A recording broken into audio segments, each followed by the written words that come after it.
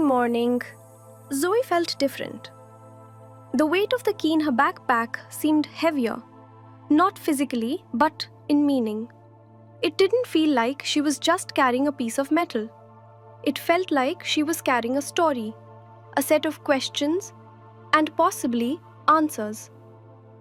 Something about yesterday's vision lingered in her mind, as if the past had opened a door and dared her to walk through it.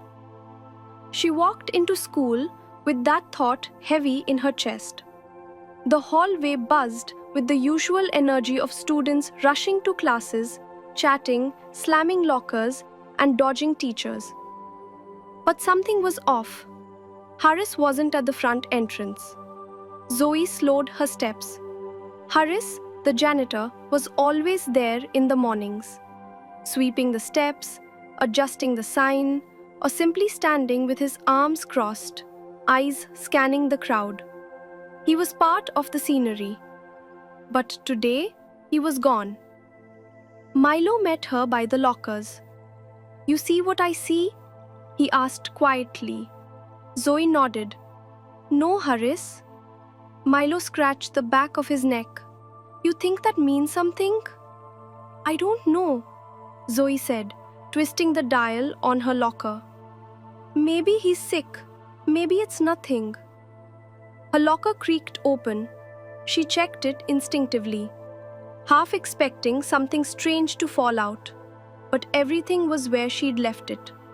Books, a pencil case, and a folded schedule. Nothing out of place. Then, Luna came running down the hall, her backpack bouncing and hair flying behind her. She looked breathless and worried. "Guys," she said, stopping in front of them. "I think someone tried to break into my locker."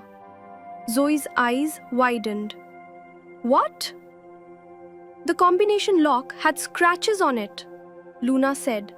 "Deep ones, like someone was trying to crack it open." Zoe and Milo exchanged quick, nervous glances. "Okay, that's not random," Milo said. Zoe closed her locker with a soft thud. "Let's stay alert. This key, it's not just ours anymore. Someone else knows or suspects." Milo lowered his voice. "You think Harris?"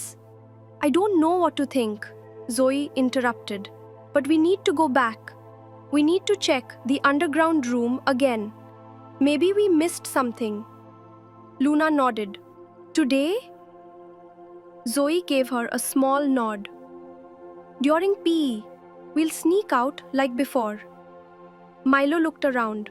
"Okay, but we need to be quick. If someone else has already been down there, they might have taken something," Luna finished grimly. The bell rang above their heads and students surged through the hallway. But Zoe's mind was already elsewhere, deep underground, where secrets. The day dragged on. Every class felt longer, every minute slower.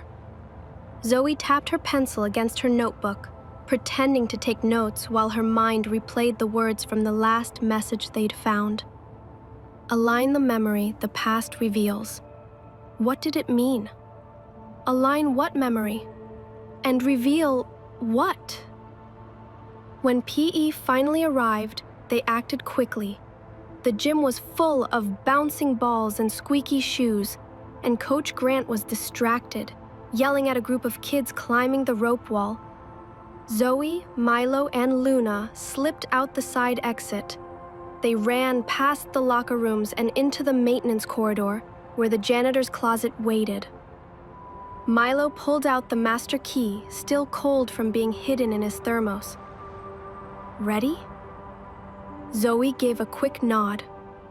"Let's go."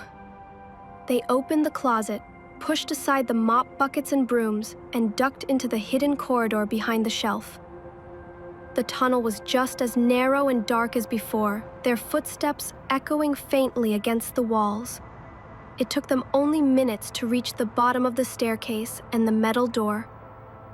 But something stopped them cold. It was open. The door was slightly ajar, just an inch, but enough to see the faint glow from inside. Milo froze. "We left it shut, I'm sure of it." "Me too," Zoe whispered. Luna held her breath. "Someone's been here." They exchanged uncertain glances. Was someone still inside? Was it a trap? Zoe stepped forward first, pushing the door open slowly. The hinges groaned faintly. Inside, the dim room waited.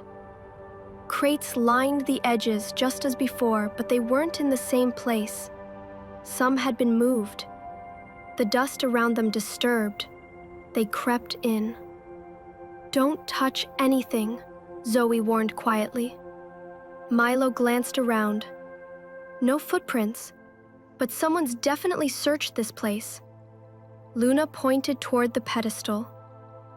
The globe's still there.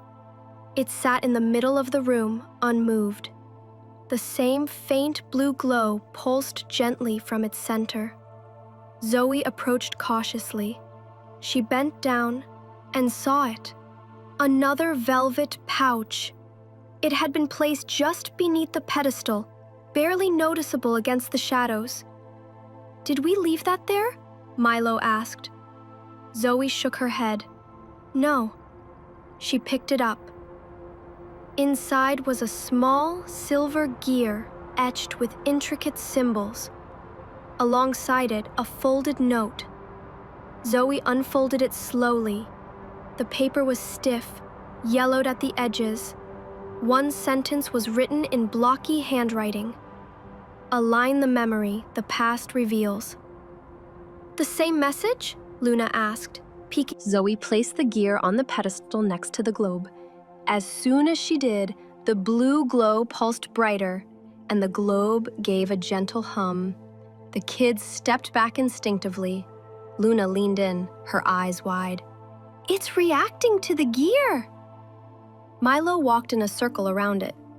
"There has to be a connection point. Maybe it fits somewhere."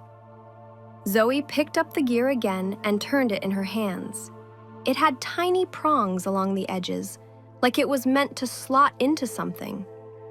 Her eyes scanned the base of the globe pedestal, and then she saw it, a shallow circular slot on the side, almost hidden beneath the carved patterns.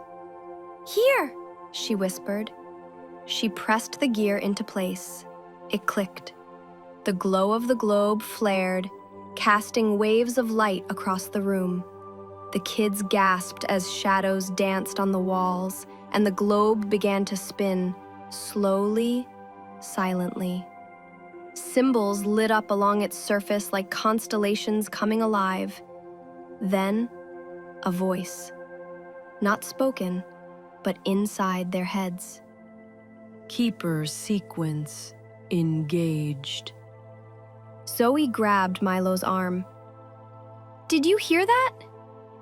He nodded, pale. "Not with my ears, in my mind." Luna opened her notebook and scribbled furiously. "Keeper sequence? This thing isn't just a map. It's interactive. It's guiding us." The globe slowed to a stop, and one glowing mark remained on its surface, right where Pine Bridge would be. As they watched, a faint line extended from it, curving across the globe to a distant location none of them recognized. Milo pointed. "That's not anywhere near here." "It might be where the next piece is," Luna said, eyes flicking between the line and her notes. Zoe knelt to look closer. The line was pulsing faintly, almost like it was alive. Then, another change. From the gear slot, a small drawer slid out, revealing a set of old photographs.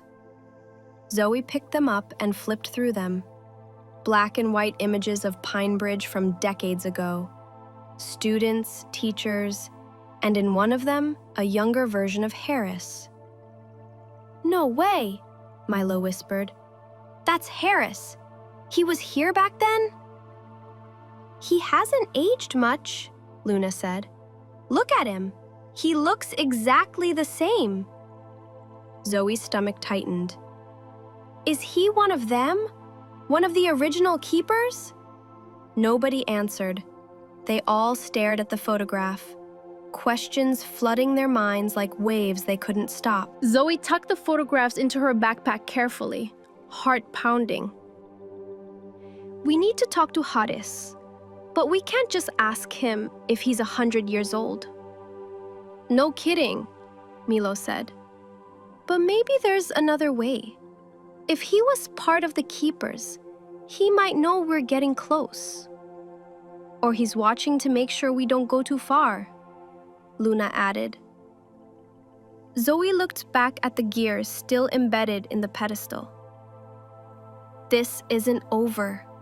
Whatever this globe is leading us to, it's only the beginning. The three of them turned to leave, carefully resetting the crates to their original positions and gently closing the door behind them. They made their way back through the corridor, hearts racing and minds spinning with questions. At the end of the tunnel, just before they reached the janitor's closet, Zoe stopped. What if we're not supposed to just follow clues? She said. Milo looked back. What do you mean? What if we're supposed to remember something? Something that's not just hidden, but forgotten? Luna frowned. Like our own memories? Zoe nodded slowly. The message said, align the memory the past reveals. Maybe it's not about a place. Maybe it's about us. They paused in silence, letting that idea sink in. Then Milo said, let's sleep on it. We're all exhausted, and maybe something will come to us. They exited the school unnoticed and biked home separately, each carrying the weight of secrets too big for middle school. That night, Zoe couldn't sleep. She turned the gear over in her hands, trying to shake the feeling that the answers weren't just buried beneath the school, but buried inside them. A dream found her. She stood in the hallway of Pine Bridge, only everything was different. The walls were lined with torches, the lockers were wooden, and students in old-fashioned uniforms walked past.